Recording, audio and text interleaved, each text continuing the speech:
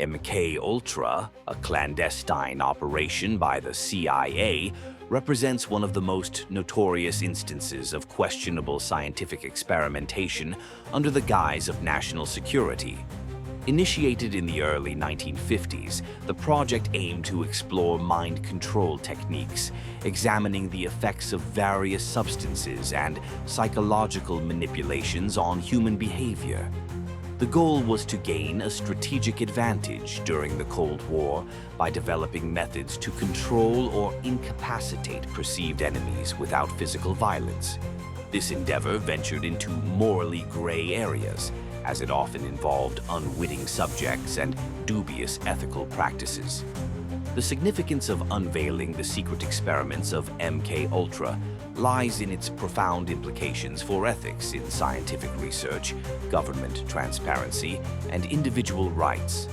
Understanding the scope and impact of these experiments helps contextualize ongoing debates about human rights and governmental overreach in both past and contemporary settings. Learning from the mistakes and ethical violations of MK-Ultra serves as a deterrent against similar abuses of power in research settings. Two specific examples illustrate the far-reaching effects of MK-Ultra. Firstly, the use of LSD as a mind-altering tool was heavily tested within this program. In one instance, an experiment involved administering LSD to subjects without their knowledge, leading to severe psychological trauma. This unethical treatment raised public concern once the details emerged, prompting a re-evaluation of consent and autonomy in scientific research.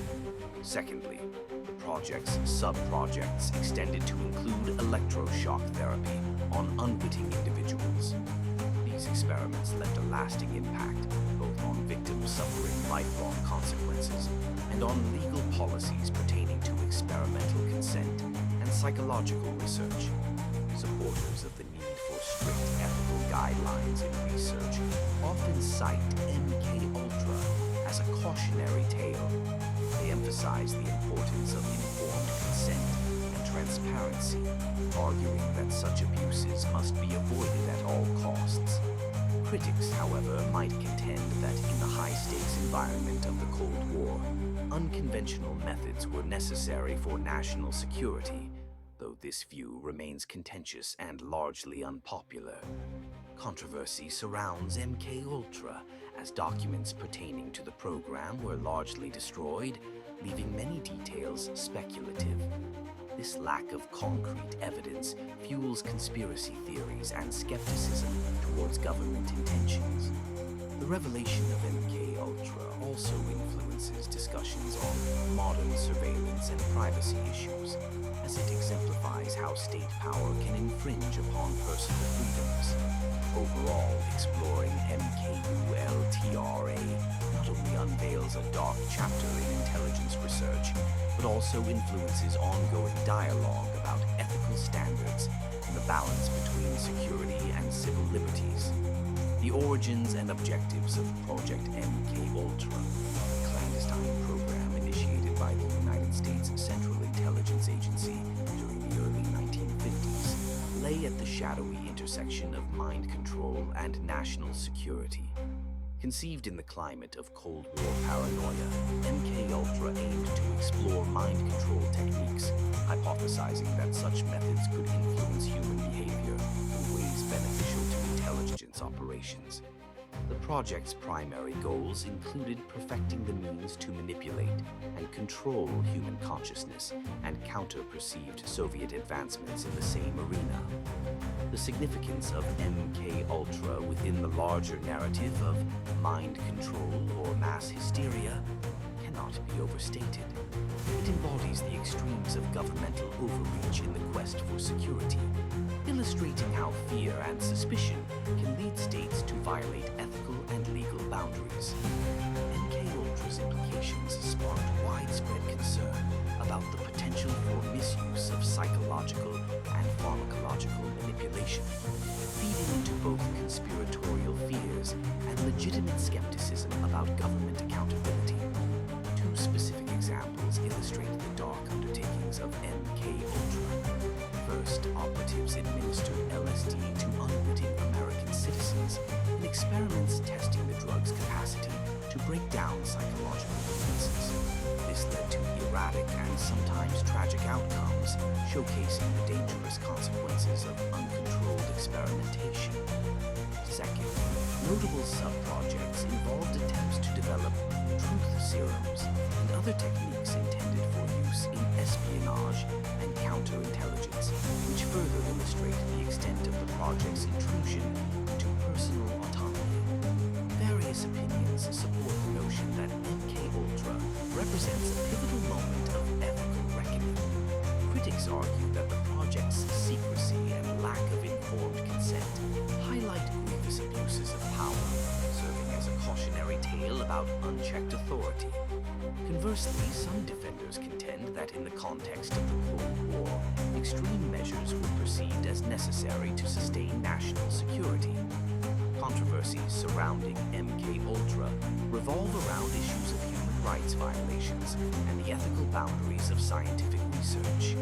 The sheer secrecy of the operations fueled skepticism and spawned myriad conspiracy theories, often blurring the lines between documented events and mass hysteria. Alternative viewpoints suggest that the fear of mind control during the Cold War may have been exaggerated, questioning the actual efficacy of the techniques pursued. Ultimately, the exploration of MKUltra's origins and objectives intersects with broader themes of distrust in institutions and the susceptibility of societies to mass hysteria. This point underscored the fine balance between innovation in intelligence and respect for individual rights, influencing subsequent debates on the regulation and transparency of intelligence practices globally.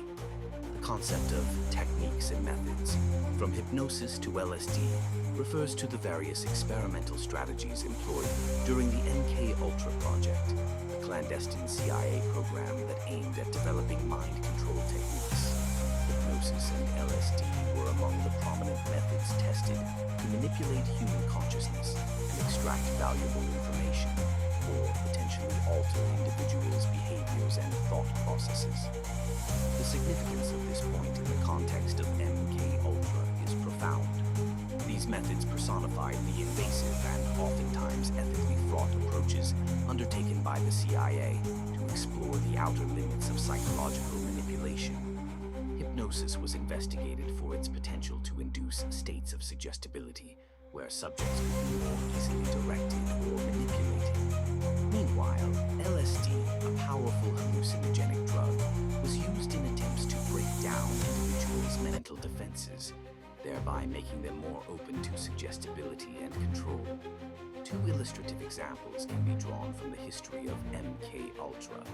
The first is the notorious use of LSD on unwitting subjects, including CIA employees, military personnel, and members of the general public, sometimes without their knowledge or consent. These experiments often resulted in severe psychological distress and long-term mental health issues. Another example is the attempted use of hypnosis for purposes such as creating amnesia or implanting false memories.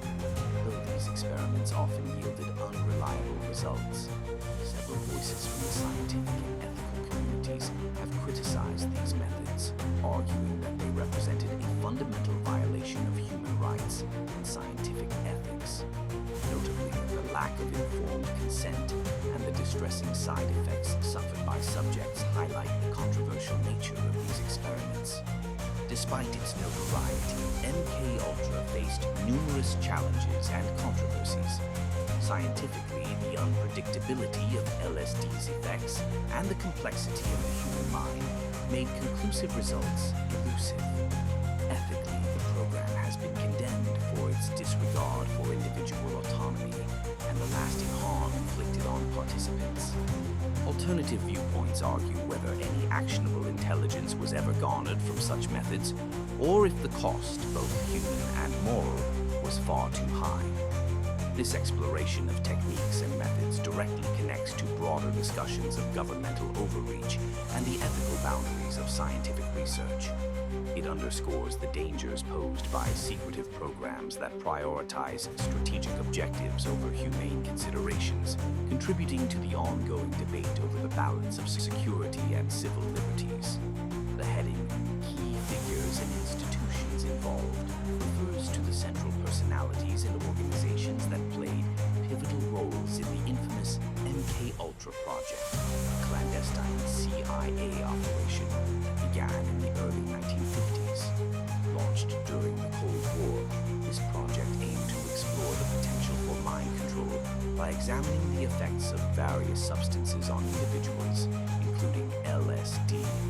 Understanding these players is crucial because they were instrumental in shaping the project's direction and the extent of its ethical transgressions. Central to MKUltra was Sidney Gottlieb, the CIA chemist who spearheaded the project. Often referred to as the Black Sorcerer, Gottlieb oversaw a multitude of experiments involving unwitting test subjects, expanding the boundaries of ethical research in pursuit of understanding and perhaps mastering mind manipulation.